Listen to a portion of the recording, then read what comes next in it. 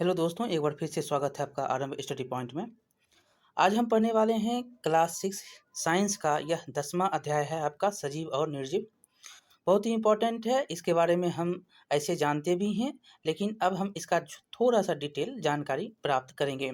जो कि सजीव और निर्जीव हैं, हम सजीव हैं तो पेड़-पौधे भी सजीव हैं और काठ देख रहे हैं तो ये क्या है? लकड़ी जो देख रहे हैं वो क्या है? निर्जीव हो जाता है। तो हम जो है इन सारे बातों को हम यहाँ पर अब पढ़ने वाले हैं। ये बीटीबीसी का बुक है, बिहार सरकार के द्वारा जो बुक चलता है, बिहार बोर्ड के द्वारा जो बुक चलाया जाता है बिहार सरकार के स्कूलों में, हम इसी का अध्ययन अब करने वाले हैं। चलिए देखते हैं क्या-क्या है। लिखा गया है कि अपने चारों ओर पाई जाने वाली विभिन्न वस्तुओं के विषय में सोचिए तथा उन्हें निर्जीव एवं सजीवों में समूह में बाँटेंगे। कुछ प्रकरणों में हमारे लिए ये आसान होगा। उदाहरण के लिए देखेंगे तो हमारे आसपास कुर्सी, मेज़ जैसी वस्तुएँ क्या हैं? निर्जीव हैं। कुर्सी जो है, मेज़ है, देख रहे हैं ये टेबल कुर्सी ये सब क्या है?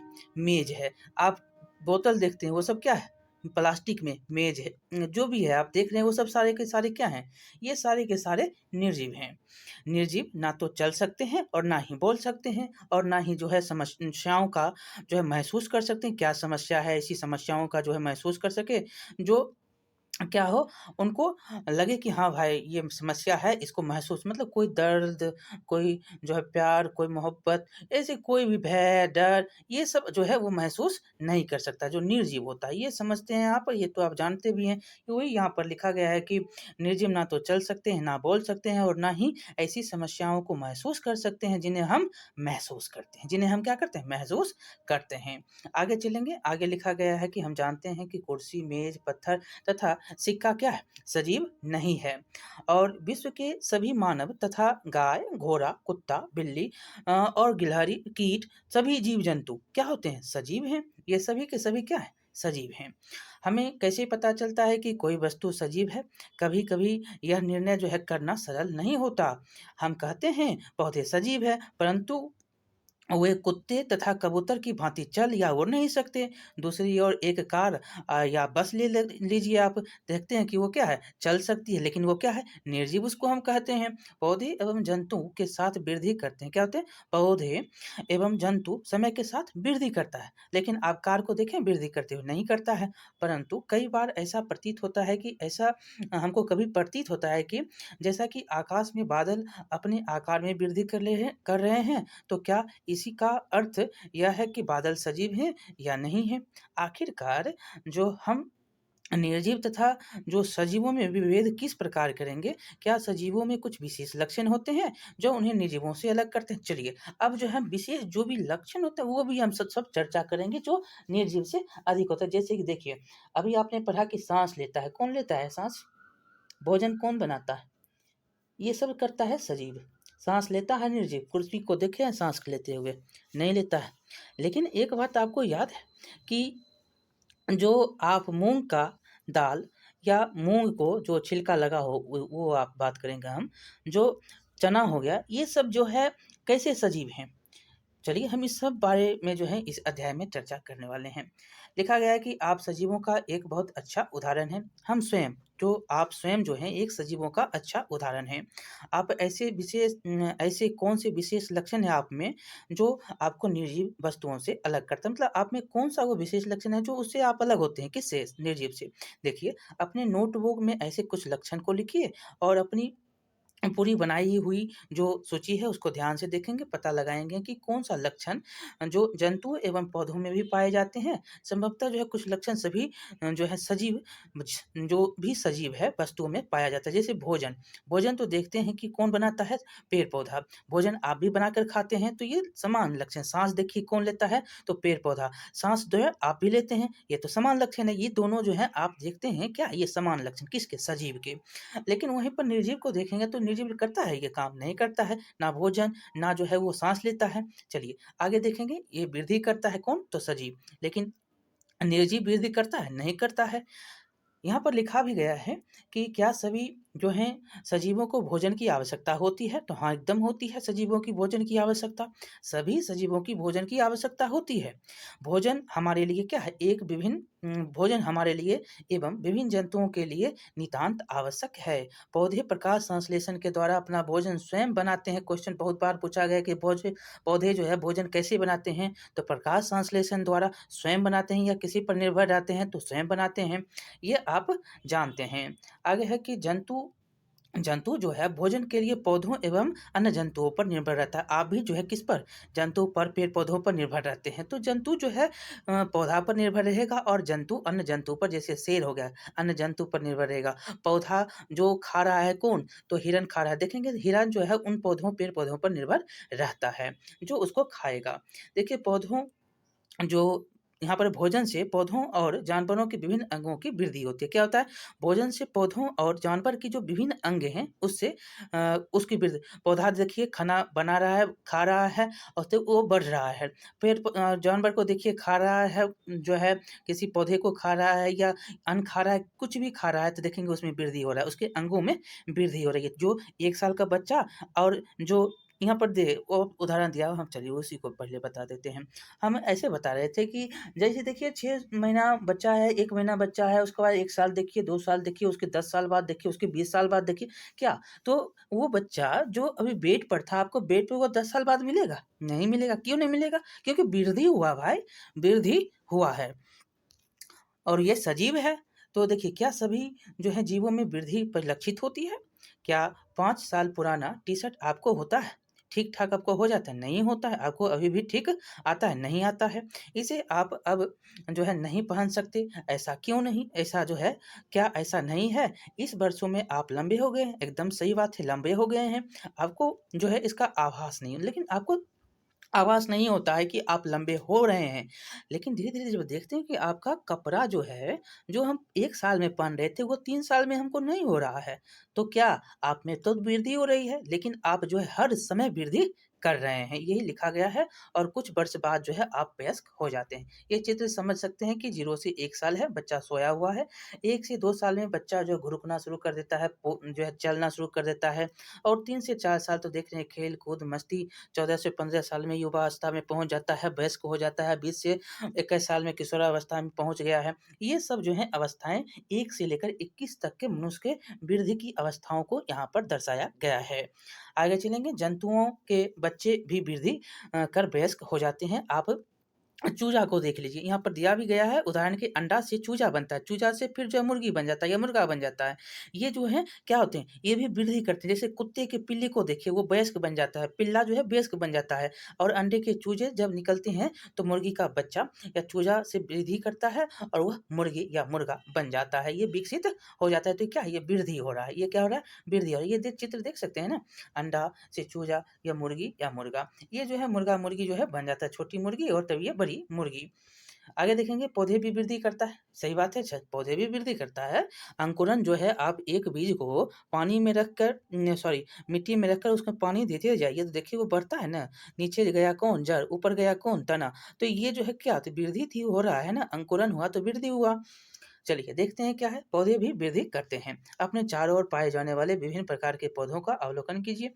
इनमें से बहुत जो है कुछ बहुत छोटे या नवजात होते हैं तो कुछ विकसित। ये सभी जो है वृद्धि के विभिन्न स्थितियों में हो सकते हैं। कुछ दिनों और कुछ सप्ताह बाद जो है पौधे को देखिए, आप देखेंगे कि उनकी लंबाई में क्या होती है? वृद्धि हुई है। वृद्धि क्या करता है? वृद्धि जो है सभी सजीवों में होती है। वृद्धि क्या होता है? सभी सजीवों में होती है, ये लक्षण है। और ये देखेंगे तो निर्जीव में वृद्धि हो रही है? वृद्धि निर्जीव में नहीं हो रही है, वृद्धि निर्जीव में नहीं हो। हमने एक उदाहरण यहाँ पर पढ़ा वृद्धि के बारे में। अब हम पढ़ेंगे श्वसन के बारे में, मतलब साँस के बारे में। क्या-क्या है, कौन साँस लेता है, क्या ये हम जो है सजीव और निर्जीव के लक्षण जो हैं, अंतर जो हैं वो हम देख रहे हैं। तो अंतर में आपको क्या मिला? तो पहला मिला वृद्धि। वृद्धि कौन कर रहा है? जो सजीव है। जो सजीव है वो क्या कर रहा है? वृद्धि कर रहा है। आप हम जो क्या कर रहे हैं? वृद्धि हो रहा है हमारा। जो हम 1 साल के थे, 6 महीने के थे, 0 से 1 साल से हम 21 साल का हो गए, तो क्या हुआ? ये तो वृद्धि हुआ ना। जो आप 1 साल में जो है 3-4 केजी के थे, 10 केजी के थे, अब वही जो है आप 70 केजी के हो गए हैं। ये क्या है? वज़न में जो है वृद्धि किया, वज़न में वृद्धि हुई है ना? तो चलिए, अब हम देखेंगे क्या सभी जो है सजीव श्वास लेते हैं? मतलब सजीव जो है श्वास लेते हैं मतलब साँस, श्वास मतलब साँस लेते हैं, आप साँस लेते हैं ना? 1 मिनट में कितना बार लेते हैं? बताइएगा। तो 72 बार। तो ये आप साँस लेते हैं। उसी प्रकार जो है पेड़-पौधे भी साँस लेते हैं, उसके बारे में हम अब पढ़ने वाले हैं। आगे यहाँ पर हम देखने वाले हैं, लिखा गया है कि क्या हम श्वसन के बिना जीवित रह सकते हैं? 1 मिनट, 2 मिनट साँस रोक कर देखिए, जीवित रहिएगा? नहीं रहिएगा। तो श्वसन के बिना आप जीवित नहीं रह सकते हैं। जब हम श्वास लेते हैं तो बाहर की वायु शरीर के अंदर आती है। तो कौन-सी वायु आप लेते हैं अंदर? ऑक्सीजन। कौन छोड़ते हैं? तो आप छोड़ते हैं कार्बन डाइऑक्साइड, लेते क्या हैं? तो ऑक्सीजन।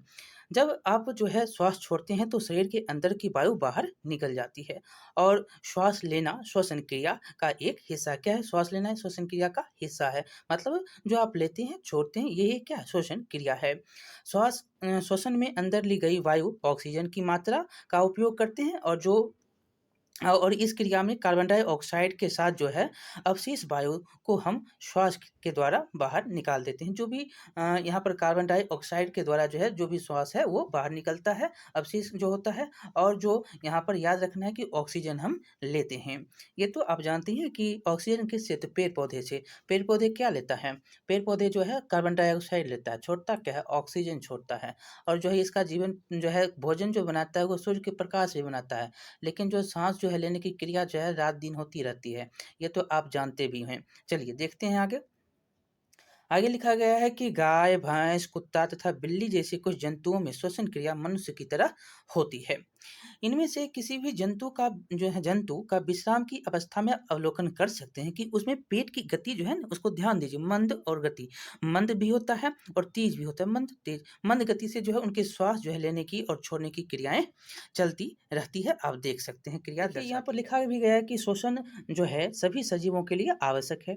ग्रहण किए गए भोजन से हमारे शरीर को ऊर्जा शोषण के बाद ही मिलता है। मतलब अब जो ग्रहण किए हुए करते हैं भोजन, जो भी आप खाना खाते हैं, तो ये कैसे मिलती है ऊर्जा? जब ये शोषण की क्रिया जब होती है तभी मिलती है। क्या होती है? शोषण की क्रिया के द्वारा। ऑक्सीजन जो है भोजन की जो है ऑक्सीजन के द्वारा भोजन की जो आप खा रहे हैं, तो उसका ऑक्सीजन की सहायता से ही उसका दहन होता है, ऑक्सीजन की सहायता से ही। देखिए यहाँ पर भी लिखा भी गया कि हमारे शरीर के लिए भोजन क्या है? एक ईंधन है और शरीर के अंदर किए गए भोजन को ऑक्सीजन की सहायता से दहन होता है। मतलब भोजन को ऑक्सीजन की सहायता से आप दहन करते हैं, जिससे हमारे शरीर के जीवित रखने के लिए एवं कार्य करने के लिए ऊर्जा मिलती है। जो भी आप भोजन करते हैं उससे क्या मिलता है आपको? ऊर्जा। और ऊर्जा जो आपको किससे मिलता है? तो श्वसन क्रिया के बाद ही मिलता है, श्वसन के बाद ही मिल पाता है और ये क्या है? हमारे लिए ईंधन का काम करता है। और क्या है? तो शरीर के अंदर जो है भोजन को ऑक्सीजन की सहायता से हमको दहन हो ये द ऑक्सीजन की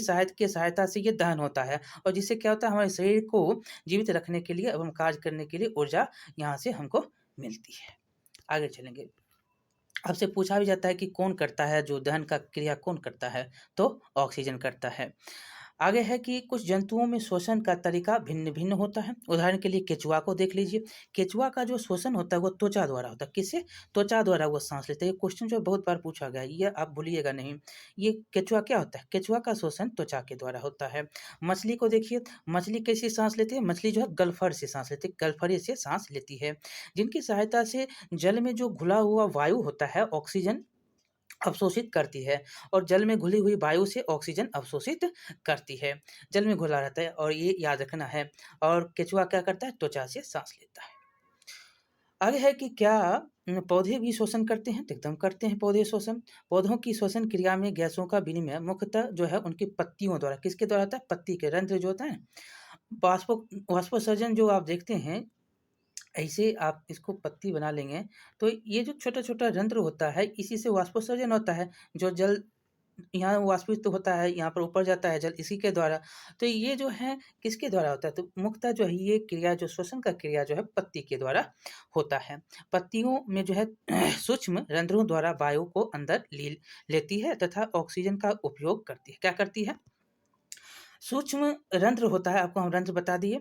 ये उससे वायु अंदर लेती है और तथा ऑक्सीजन का ये उपयोग करती है। और कार्बन डाइऑक्साइड जो है वायु में निष्कासित करती है। ये याद रखिएगा कि यहाँ से क्वेश्चन आपको पूछा भी जाता है कि पत्ती जो है क्या करता है, पत्ती का क्या काम है। पत्ती सूक्ष्म रंध्र द्वारा क्या लेता है, वायु लेता है और इसमें जो है ऑक्सीजन का उपयोग होता है। क्या होता है, पत्ती में सूक्ष्म रंध्र में क्या होता है, ऑक्सीजन का उपयोग होता है और वह कार्बन डाइऑक्साइड जो है वायु में निष्कासित करता है। ये हो गया किसका काम, पत्ती का। ठीक, अब देखेंगे आगे। आगे क्या होता है कि हम जानते हैं कि प्रकाश की उपस्थिति में जो है वायु की कार्बन डाइऑक्साइड का उपयोग भोजन बनाने के लिए करता है और तथा ऑक्सीजन छोड़ता है। ये जो है यहाँ से टॉपिक आपसे पूछा जाता है कि पत्ती जो है क्या करता है, पत्ती कार्बन डाइऑक्साइड वायु में निष्कासित करता है। ये दूसरा, पहला बात है। लेता क्या है, तो ऑक्सीजन लेता है।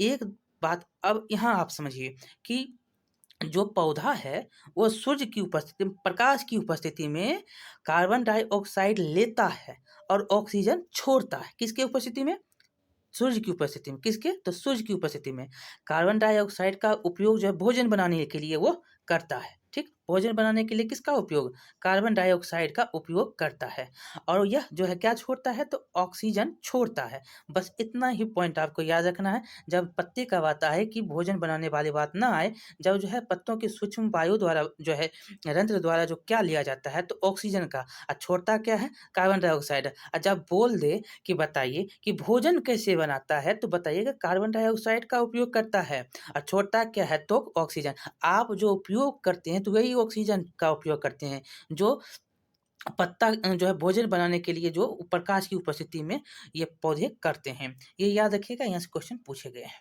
देखिए पौधे जो है ना, केवल दिन के समय प्रकाश की उपस्थिति में अपना भोजन बनाने की क्रिया में ऑक्सीजन निष्कासित करता है।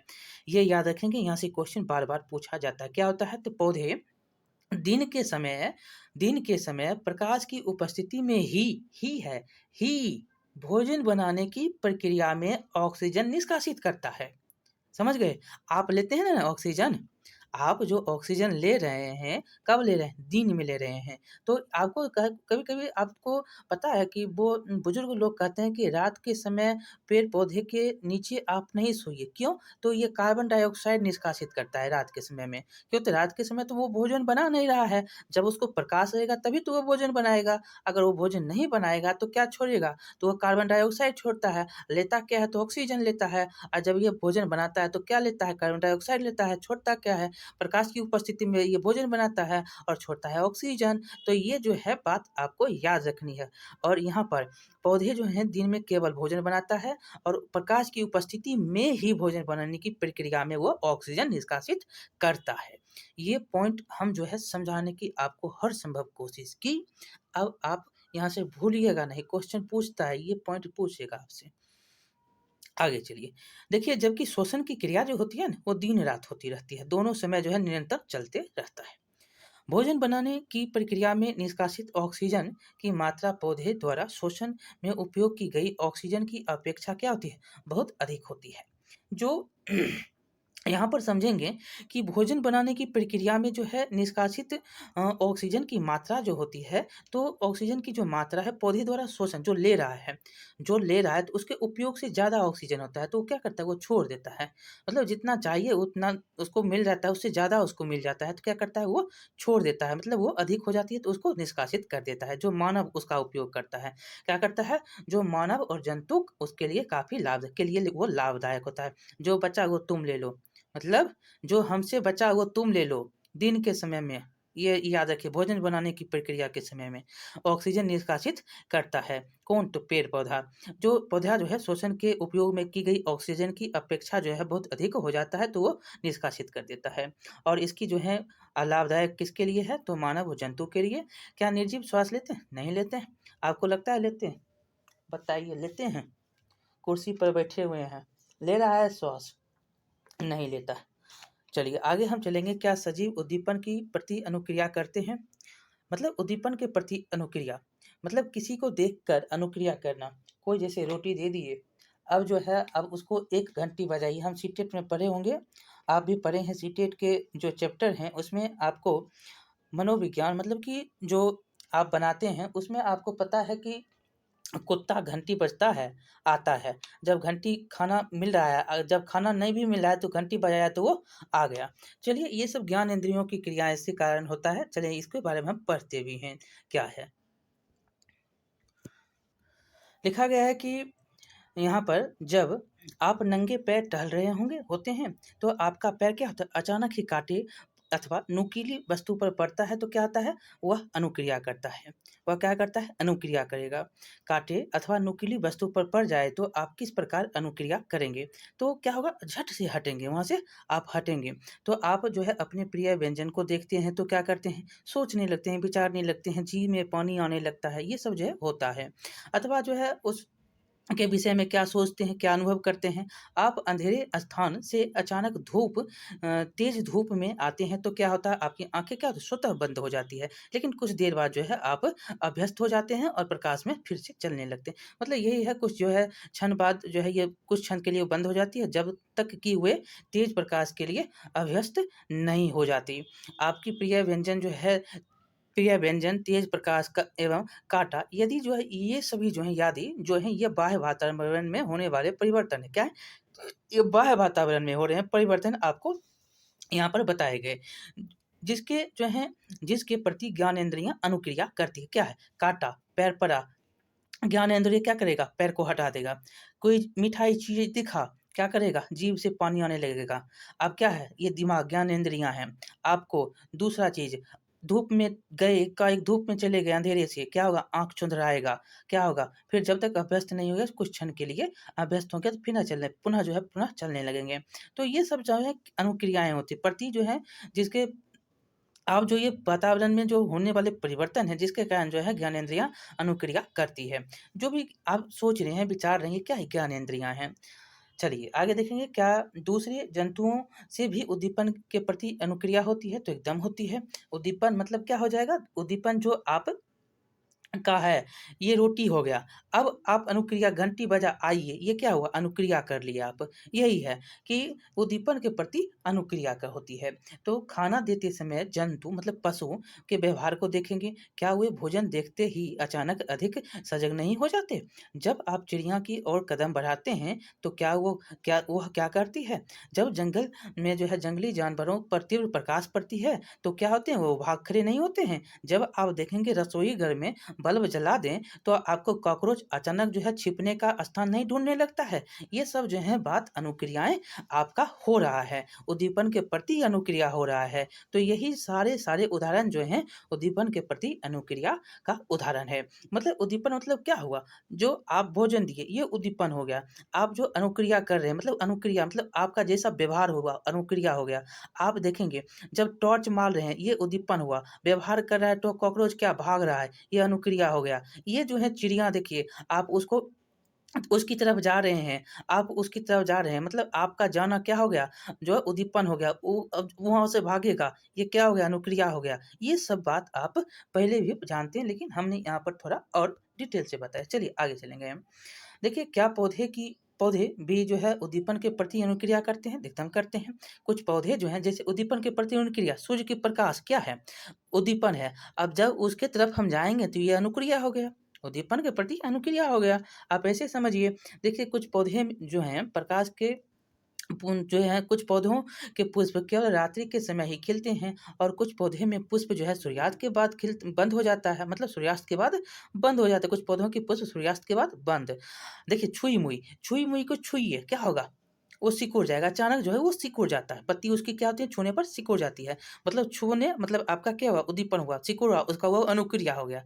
ये आप समझ गए? ये जो होता है पौधे में उद्दीपन के प्रति अनुक्रिया के उदाहरण आपने यहाँ पर देखा। वही है, यहाँ पर आप जो है पेड़-पौधा जो है एक अंधेरा में लेंगे, क्रियाकलाप आपको हम ऐसे शॉर्ट में बता देते हैं। बहुत ही सिंपल क्रियाकलाप है। जो आप एक कमरा में की खिड़की जिसके पास जो है धूप आती है और वहाँ पर आप क्या करेंगे, एक गमला में पौधा लगा देंगे। कुछ दिनों बाद देखेंगे क्या, तो उसमें पानी नियमित रूप से आप देंगे और क्या जो है यह पौधे खुले स्थान पर रखे पौधे की तरह सीधा ऊपर की ओर वृद्धि करता है। तो यहाँ पर देखेंगे कि जो खुला स्थान में है और जो आपको जो कमरा में है, वो सीधा नहीं वृद्धि करेगा। कहाँ वृद्धि करेगा? जहाँ प्रकाश मिला है, जहाँ उसको भोजन बनाने की जगह मिल रही है, तो ये उधर की ओर वृद्धि करता है। तो मतलब वो सीधा वृद्धि नहीं करता। यदि सीधा वृद्धि नहीं करता है, तो ज्ञात कीजिए ये किस ओर वृद्धि करेगा? तो प्रकाश की ओर वृद्धि करता है। जिन जंतुओं के सिर पर जो है स्पर्शक होते हैं, वो स्पर्श दबाव, ध्वनि और गंध, प्रकाश, तापमान, नमी आदि के जो है प्रति संवेदनशील होते हैं। अंधे व्यक्ति स्पर्श से पहचान सकते हैं। जो अंधे व्यक्ति होते हैं क्या स्पर्श से पहचान लेगा।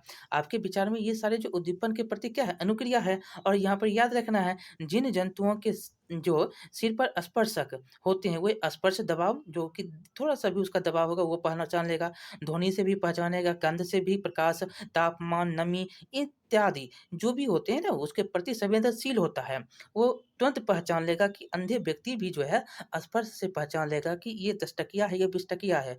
ये सब पहचानता है। ये आप जो है देख सकते हैं।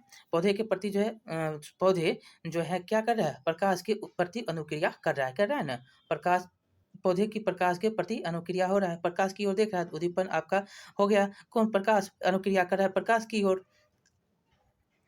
पौधे की जो है प्रकाश की प्रति अनुक्रिया यहाँ पर देख लिए।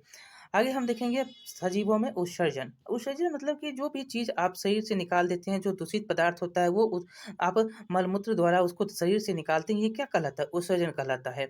यहाँ दिया गया है कि हमारे शरीर में जो विभिन्न प्रक्रियाओं के फलस्वरूप विषैले एवं जो है दूषित पदार्थ बनते हैं और ऐसे दूषित पदार्थ मूत्र के साथ जो है हमारे शरीर से बाहर निकल जाते हैं, शरीर से निकाल दिए जाते हैं। यही क्रिया क्या कहलाती है? उत्सर्जन कहलाती है।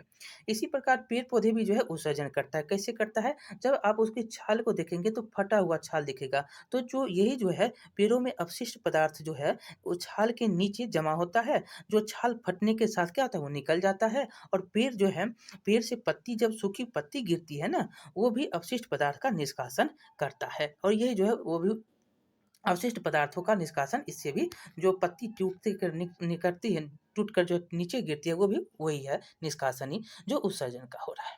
अगर देखेंगे कि क्या सभी जो हैं सजीव प्रजनन करते हैं? आप बताइए कि क्या सजीव प्रजनन करते हैं? यहाँ पर लिखा गया है। देखिए लिखा भी गया है कि क्या आपने कभी कबूतर अथवा किसी अन्य पक्षी के घोंसले देखे हैं? वो एक घोंसले में अंडे देते हैं और कुछ जो है अंडे क्या होते हैं प्रस्फुटित होते हैं। क्या होते हैं? खुद जो है स्फुटित होता है और उनसे क्या होता है छोटे-छोटे बच्चे बाहर निकल आते हैं। ये अंडे देख सकते हैं ये अंडा है फिर जो है ये बच्चा दिख रहा है जो अंडे से जिसके फूटने के बाद जो है बाहर बच्चे निकलते हैं। ये देखिए जंतु जो है प्रजनन द्वारा अपना संतरिस मतलब कि जो संतरिस मतलब वही संतान, जो उसका है वही मतलब आप जैसा उसका शरीर वैसा ही जो है उसका भी शरीर उत्पन्न करता है।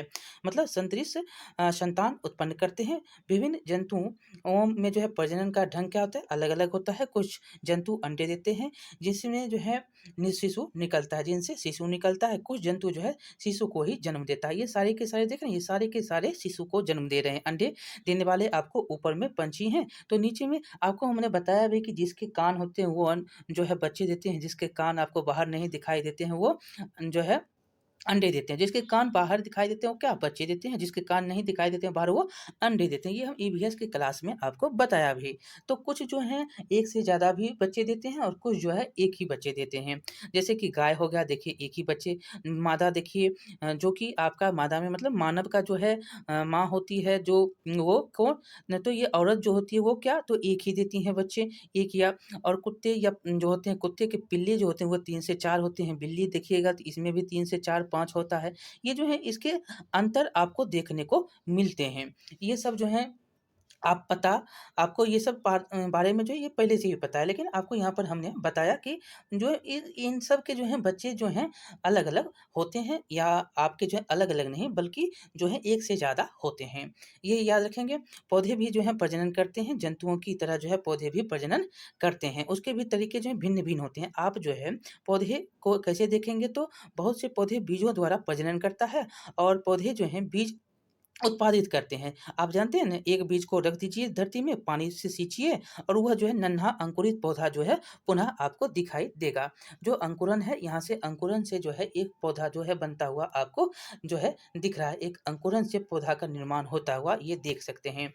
आगे चलेंगे, कुछ जो है पौधे बीज के अतिरिक्त जो है अपने कायिक भाग, जो ये भाग होता है ना, जो भाग कायिक भाग होता है, द्वारा भी जो नए पौधे का उत्पन्न करता है। जैसे कि आलू, आलू जो है ये देखिए छोटा-छोटा जो भाग होता है ये कायिक होता है। इसी से जो है पुनः जो है आलू बन जाता है। आलू की कलिका वाले भाग में जो है नया पौधा ये बनता है। ये देख सकते हैं, ये आलू का ही पौधा आपको यहाँ पर दिखाया गया है। आगे है कि आलू की सुप्त कलिका से उगता एक पौधा। अब दूसरा देखेंगे, जो आपका कलम का जो होता है कलम, जैसे कि आम, लीची, गुलाब आदि पौधे जो हैं कलम भी बनाए जाते हैं। आप जो इसकी व्याख्या खुद भी कर सकते हैं, आप इसको कलम खुद बना सकते हैं। जैसे कि गुलाब ले लीजिए, गुलाब अथवा मेहंदी की जो धर से कलम बना सकते हैं। इसे मिट्टी में लगाइए, इसे नियमित रूप से जल देंगे तो इसको देखेंगे कि कुछ समय जो है बाद आपको उसमें वृद्धि होता हुआ दिखाई देगा। उससे जो है छोटा-सा कली निकलता हुआ दिखाई देगा। ये क्या है? ये कलम का ही भाग जो है आपको धीरे-धीरे वो अगला जो संतान है वो निकल रहा है। मतलब सजीव में फूल जो है वो वही फूल, मतलब कि जो कलम लगाए हैं गुलाब का, तो वो गुलाब ही जो है पत्ता आपका निकलेगा। तो ये आप जानते हैं। इसका अगर नहीं आ रहा है तो आप कहा है कि मालिक की देखभाल में आप करिए। और जो है सजीव प्रजनन प्रक्रिया द्वारा जो है संतरिष अनेक संतान उत्पन्न करते हैं। मतलब संतरिष जो है अनेक संतान उत्पन्न करते हैं। विभिन्न जो है जीवों में प्रजनन विधियाँ जो है और संतानों की संख्या जो है भिन्न-भिन्न होती है। क्या निर्जीव भी संतान उत्पन्न करते हैं? नहीं करते हैं। चलिए आगे चलेंगे, आपका है क्या सभी सजीव गति करते हैं? तो देखेंगे सभी सजीव गति करते हैं या नहीं करते हैं। हमने जो है जंतुओं में गति के विभिन्न तरीकों के बारे में चर्चा की। वे एक स्थान से दूसरे स्थान तक जाते हैं तथा शरीर एवं अन्य जो है प्रकार की गति भी आपको दिखाई देती है। शरीर की भी और अन्य प्रकार की भी गति देखते हैं। देखिए पौधा गति करता है। आप तो पौधा को एक जगह लगा देते हैं तो वो दूसरी जगह आपको जाता है? नहीं जाता है। लेकिन आप जानते हैं कि वो गति करता है, कैसे? चलिए बताता है। यहाँ पर देखिए पौधों के विषय में क्या विचार है? क्या वे गति करते हैं? पौधे सामान्यतः भूमि में जकड़े रहते हैं, अतः वह एक स्थान से दूसरे स्थान नहीं जा सकते। परंतु विभिन्न पदार्थ जैसे कि जल, खनिज एवं संश्लेषित पदार्थ पौधे के एक भाग से दूसरे भाग में संवाहित होते हैं। जो कि कौन होता है? जल होता है, खनिज होता है, संश्लेषित पदार्थ होता है। ये सारे एक जो है जड़ के माध्यम से ही ऊपर की ओर संवाहित होती है। जाइलम और फ्लोएम की जो है चर्चा हम करेंगे, तो ये जो है जाइलम और फ्लोएम, जल से ऊपर गया जाइलम, और फ्लोएम मतलब कि जो खाना बना वो नीचे आया, ये तनों के द्वारा। ये जो है ये क्या होता है? यही तो है जो ये आपका गति करना ये संभावित हो रहा है एक भाग से दूसरे भाग की ओर। तो क्या आपने पौधों के अन्य गति के बारे में देखा, या जो है अन्य प्रकार की गति भी देखी? पुष्पों का खिलना एवं बंद होना ये क्या एक गति है? कैसे? तो आप उद्दीपन के प्रति अनुक्रिया कौन कर रहा? तो ये छुई मुई को क्या कहते हैं आप? लाजवंती भी कहते हैं। तो आप क्या करते हैं, तो पौधे को छूने मात्र से उसकी पत्ती क्या होती है? सिकुड़ जाती है। और सूर्यमुखी का जो फूल है वो सूर्य की ओर ही खिलता है। ये आप अवलोकन कर सकते हैं। आप जो क्या कर रहा है, उद्दीपन के प्रति अनुक्रिया कर रहा है। तो सूर्य कहाँ पर है? उस जिसके तरफ है वो उसी की तरफ जाकर खिलेगा सूर्यमुखी का फूल। और जो लाजवंती जो छुई मुई है उसको छू दीजिए, वो क्या होगा? वो सिकुड़ जाता है। तो यही आपने देखा, ये भी आपका गति कर रहा है। आगे चलेंगे। आगे है कि कुछ निर्जीव वस्तुओं को भी गति करते देखते हैं, जैसे कि बस, कार, कागज का छोटा टुकड़ा, बादल, अन्य जो है वस्तुएं इसके उदाहरण हैं। क्या इनकी गति सजीवों की गति से किस प्रकार भिन्न है? तो ये जो है आप करते मतलब इसका जो है आप देखते होंगे कि कोई भी वायु में बादल दिख रहे हैं तो किसके बादल जो कैसे बन रहा है? वायु के कारण बन रहा है, ना कि वो खुद बन रहा है ना। वो तो खुद नहीं कर रहा है काम, तो किसी के द्वारा हो रहा है। बस देखिए, कार देखिए, आप उसको निर्माण कर रहे हैं ना। आगे देखेंगे, प्रकृति में विभिन्न प्रकार के जीव हैं, लेकिन उन सभी में कुछ लक्षण एक समान होते हैं, जिसकी जो है हम चर्चा कर चुके हैं। मृत्यु सजीवों के लिए क्या है? एक समान लक्षण है, क्योंकि जीव की मृत्यु होती है, इसीलिए जीवों की प्रजातियां हजारों वर्षों तक जो है तभी अस्तित्व में रह सकती है। जब तक वे प्रजनन कर जो है अपने सदृश संतान उत्पन्न करे, वह जो है आपको दिखाई देगा अस्तित्व में, तब तक वो रहेगा। या या करे या करते रहेंगे। देखिए आगे एक अकेला जीव जो है प्रजनन किए बिना भी मर सकता है, परंतु सजीव की जो प्रजाति है तभी तक अस्तित्व में रह सकती है जब वो क्या करे, प्रजनन करे। जब जब है उसके सदस्य क्या होंगे, प्रजनन करता हो। तब जब तक प्रजनन नहीं होगा तो एक संतान आपका, ऐसे उदाहरण लीजिए आप, एक पेड़ को काट देंगे, एक पेड़ का काट जो है एक पेड़ को आप काट दिए, अब उस पेड़ से ना बीज लिए ना हम कुछ लिए, तो ये क्या होगा, उसका तो निशान हो गया। आप जैसे कि एक बात यहाँ पर ये याद रखना है, कोई भी चीज़ जीव जो है बिना प्रजनन के रह सकता है, सही बात है। लेकिन उसका जो है अस्तित्व क्या होगा, मिट जाएगा। जैसे अभी देखिए चीता आया है, कहाँ से आया है? कहाँ से आया है? तो ये आया है कहाँ से? तो नामीबिया से आया है। यहाँ पर भारत में क्यों उसका जो है विलुप्त हो गया था? तो इसीलिए क्योंकि उसका प्रजनन नहीं हुआ। प्रजनन हुआ भी तो क्या किया? तो शिकार का कारण बन गया। तो ये शिकार का कारण जो बन गया तो क्या हुआ, इसके कारण भी जो है आपको यहाँ पर दिखता है कि जो कोई सदस्य नहीं बचा। जब नहीं बचेगा तो उसका तो अस्तित्व मिटेगा ही ना। तो ये मिटने के कगार पर था, तो यहाँ पर भारत सरकार के द्वारा जो है उसकी जो है अब देख रेख में कांगो में रखा गया, मध्य प्रदेश में है। और 2-4 बच्चे भी हुए हैं, आपको पता है 1 बच्चे मर गए हैं, 3 बच्चे भी जीवित हैं। और ये नामीबिया से लाए गए थे। आशा नाम है एक जो है चीता का। तो ये और जो है अफ्रीका से भी चीता आ रहा है, 100 चीता वहाँ से भी आएगा, 12 चीता आए हैं अभी। ये जो है प्रजनन की क्रिया आपको याद रखना है कि जब तक प्रजनन होगा तब तक जो है अस्तित्व रहेगा, नहीं प्रजनन तो वो नष्ट हो जाएँगे। जो है यहाँ पर है कि जबकि निर्जीव जो होता है वो अपने आप नष्ट होने तक बने रहेंगे। निर्जीव जो भी होता है, जैसे कि कुर्सी लीजिए, जब तक कुर्सी को आप मतलब गला नहीं दीजिए तब तक वो रहेगा। कुर्सी हट क जब तक नहीं गलेगा तब तक रहेगा। नष्ट जब तक खुद नहीं हुआ तब तक वो रहेगा। कोई भी चीज़ जब तक नष्ट नहीं होगा तब तक रहेगा, जो निर्जीव होंगे। चलिए आगे, हमने देखा कि सब जो है सभी वस्तुओं जो कि सजीव है, सभी सजीव वस्तुओं की विशिष्ट लक्षण जो है समान रूप से परिलक्षित होते हैं। उन सभी सजीव जो होते हैं वो क्या करते हैं, भोजन की अब उनको आवश्यकता होती है। जो भी सजीव है उनको भोजन की आवश्यकता होती है। उनको श्वसन, उत्सर्जन, उद्दीपन के प्रति अनुक्रिया, प्रजनन की गति, वृद्धि, मृत्यु, ये सारे लक्षण किसमें दिखते हैं, सजीव में दिखते हैं। आगे है कि आगे आपको यहाँ पर है कि क्या हम ऐसी कुछ निर्जीव वस्तुओं को जानते हैं जिनमें कुछ लक्षणों में से कुछ लक्षण आपको दिखाई देते हैं, मतलब कुछ लक्षण इनमें से इन लक्षणों में दिखाई कुछ लक्षण देते, जैसे कार, साइकिल, घड़ी, नदी का जल आदि। ये जो है गति करता है। आकाश में आपको चंद्रमा है देखते हैं, गति करता है। आप जो है हमारे देखते देखते जो है बादल देखते हैं, उसके आकार में वृद्धि होती है। क्या इन वस्तुओं को सजीव कहा जा सकता है? हमें स्वयं से प्रश्न करना होगा कि इन जो है क्या इनमें सजीवों के अन्य सभी लक्षण पाए भी जाते हैं? देखिए श्वास ले रहा है, नहीं ले रहा है। देखिए भोजन बना रहा है, नहीं बना रहा है। तो ये सब जो है उसके कुछ लक्षण आपको दिखाई देते हैं, बल्कि पूरे लक्षण आपको नहीं दिखाई दे।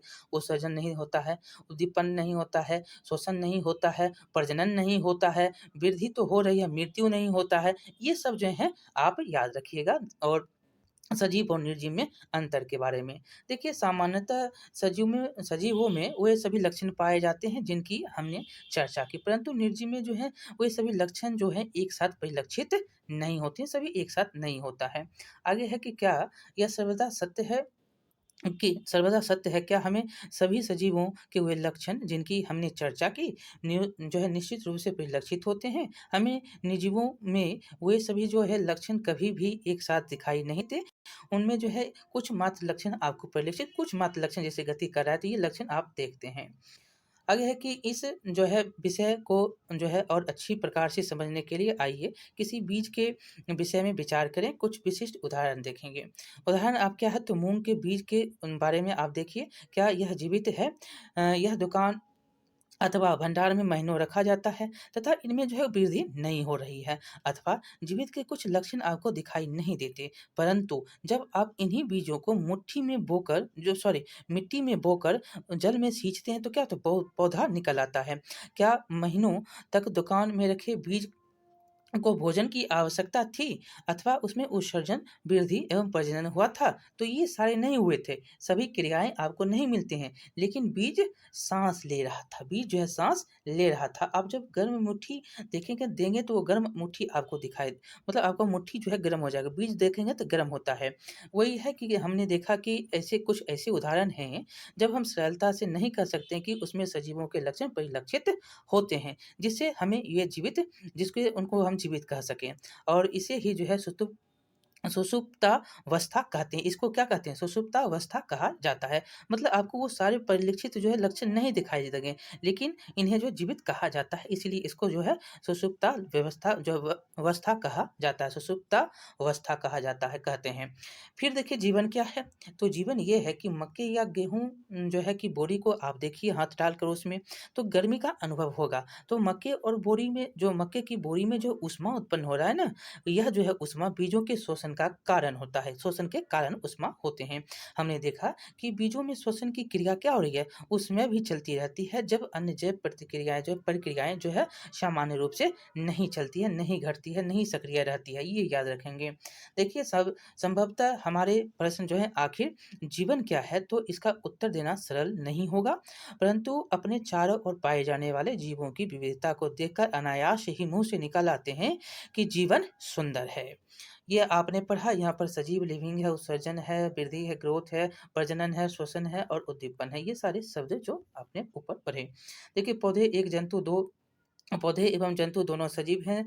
सजीवों के लक्षण क्या है? श्वसन, वृद्धि, उद्दीपन, प्रजनन, उत्सर्जन ये हैं और पौधे क्या करता है? प्रकाश संश्लेषण द्वारा अपना भोजन बनाता है, स्वयं बनाता है। साँस लेना और छोड़ना श्वसन का एक अंग है और सजीव जो है प्रजनन प्रक्रिया द्वारा अपने सदृश संतान को उत्पन्न करता है। अब यहाँ पर 2-4 क्वेश्चन है, बताइएगा क्या इसका आंसर है? हम तो 1 मिनट में खत्म करते हैं इस चैप्टर को। देखिए निम्न में निर्जीव कौन है? निर्जीव कौन है? रेलगाड़ी निर्जीव है, पेड़-पौधा, घोड़ा, गाय क्या है? सजीव है। जो है निम्न में सजीव कौन है? मेज़ मेज़, कुर्सी, पत्थर क्या है? निर्जीव है। बीज क्या है? सजीव है। सजीवों के मुख्य लक्षण क्या है? श्वसन, वृद्धि, प्रजनन और स्थिरता नहीं है बोला ना? लक्षण है तो ये सब प्रजनन, वृद्धि, श्वसन लक्षण है। स्थिरता क्या है? लक्षण नहीं है। पौधे जो है अपना भोजन निम्न जो है क्रिया द्वारा स्वयं बनाते हैं, तो प्रकाश संश्लेषण द्वारा जो है अपना भोजन बनाते हैं। आगे देखेंगे निम्न जो है किस पौधे की पत्तियाँ छूने अचानक सिकुड़ जाती है, तो कौन है? छुई मुई लाजवंती जी हैं। आगे यहाँ पर आप खाली स्थान को भरिएगा। हम जो है सिर्फ़ बोलेंगे, अब आप भरिएगा। चलिए, ये उत्सर्जन, श्वसन और प्रजनन ऊर्जा है। बताइए क्या किसका होगा? हम क्वेश्चन पढ़ रहे हैं, आप बताइए सोचिएगा, तब हम बता देंगे। देखिए, सजीव डैश द्वारा अपने समान जीवों की जो है उत्पत्ति करता है। किसके द्वारा? प्रजनन के द्वारा। सजीवों को कार्य करने के लिए डैश की आवश्यकता होती है, तो ऊर्जा की आवश्यकता होती है।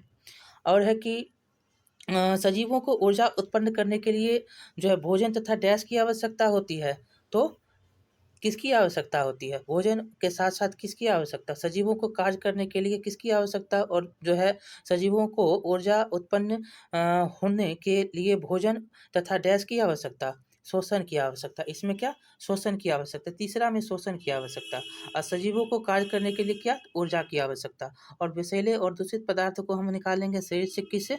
उत्सर्जन कहते हैं। क्या कहते हैं? उत्सर्जन कहते हैं। बाहर जो है क्रिया द्वारा शरीर से बाहर निकलता है तो उत्सर्जन। ये आपका जो है चैप्टर समाप्त होता है। बहुत ही इम्पोर्टेंट चैप्टर था। हमने जो है इसका डिस्कशन कर लिया है। चलिए लाइक करिएगा, शेयर करिएगा, सब्सक्राइब करना नहीं भूलिएगा। मिलते हैं अगले वीडियो में। बहुत-बहुत धन्यवाद।